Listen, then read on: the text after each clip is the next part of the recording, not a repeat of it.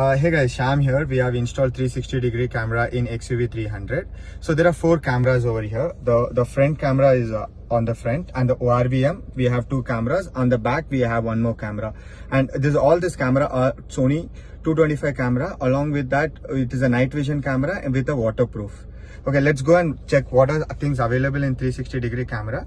So first thing is, there are 2 things. One is 2D view and one is 3D view.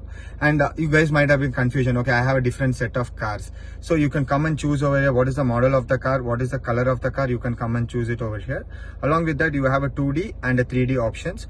So this is the front, this will be the back, this will be the left side, the right side, and this will be our entire car. Okay, so example, if I wanted to see something like, you know, tough parking thing, right? So what will happen is, you can just see the wheel alignment. Can you see over here? So you can see the wheel alignment over here, so that it will help you in parking. And apart from that, on 2D, 3D, we are going in a highway. So you put an indicator, you might not be aware. So if you put an indicator, you will get to know which indicator you have put on the left side, and the right side means right indicator. So that will be more helpful for you while driving, especially on highways.